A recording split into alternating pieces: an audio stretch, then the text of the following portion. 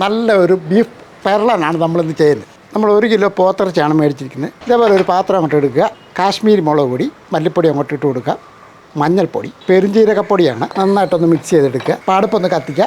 ഒരു പാൻ അങ്ങോട്ട് വെച്ചു കൊടുക്കുക. പൊടികളൊക്കെ ഒന്ന് നന്നായിട്ടൊന്ന് ചൂടാക്കി എടുക്കണം. ഈ ബീഫ് നമ്മൾ ഈ കുക്കറിനകത്തോട്ട് ഇട്ട് കൊടുക്കുകയാണ്. അപ്പോൾ ഈ പൊടികളെല്ലാം കൂടെ നമ്മൾ ഈ കുക്കറിനകത്തോട്ട് ഇട്ട് കൊടുക്കുക. ഉപ്പ് പൊടിയും കൂടെ അങ്ങോട്ട് ഇട്ട് കൊടുക്കുക. കുരുമുളക് പൊടിയും കൂടെ അങ്ങോട്ട് ഇട്ട് കൊടുക്കുക. ഒരു 3/4 ടീസ്പൂൺ അളവിൽ മസാലപ്പൊടി, ചെറിയ 2 സവോളയാണ്. അപ്പോൾ നന്നായിട്ടൊന്ന് ഇളക്കിയതിന് ശേഷം 1/2 ഗ്ലാസ് വെള്ളം കൂടെ ഒഴിക്കുകയാണ്. ഒരു 1/2 മണിക്കൂർ കഴിഞ്ഞ ശേഷം അടുപ്പത്ത് വെക്കാം. 7 വിസിലടിച്ചിട്ടുണ്ട്. ഇനി ഞാൻ ഇതങ്ങ് നിർത്തുക.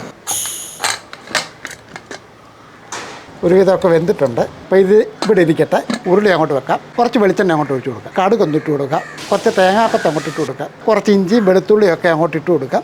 എരിവിനാവശ്യമുള്ള പച്ചമുളകും കൂടെ അങ്ങോട്ട് ഇട്ട് കൊടുക്കുക. 2-3 വറ്റൽമുളകും കൂടെ ഞാൻ 2ആയിട്ട് മുറിച്ച് അങ്ങോട്ട് ഇട്ടിരിക്കുകയാണ്. ഒരു 150 ഗ്രാം ചെറിയ ഉള്ളി, കറിവേപ്പില അങ്ങോട്ട് ഇട്ട് കൊടുക്കുക. ഒരു 1/2 ഗ്ലാസ് ചൂടുവെള്ളം കൂടെ ഒഴിക്കുകയാണ്. ഇത്തിരി കുരുമുളക് പൊടിയും കൂടി ഇട്ടതിന് ശേഷം ഒന്നുകൂടെ ഇളക്കി കൊടുക്കുകയാണ്. ഇതൊന്ന് അടച്ചു വെക്കുകയാണ്.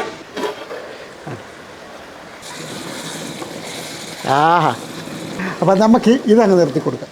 ഇത് അടിപൊളി ഒരു സാധനം തന്നെയാണ് കേട്ടോ. അതിന് യാതൊരു സംശയമില്ല. നിങ്ങൾക്ക് എല്ലാവർക്കും ഇഷ്ടപ്പെടും.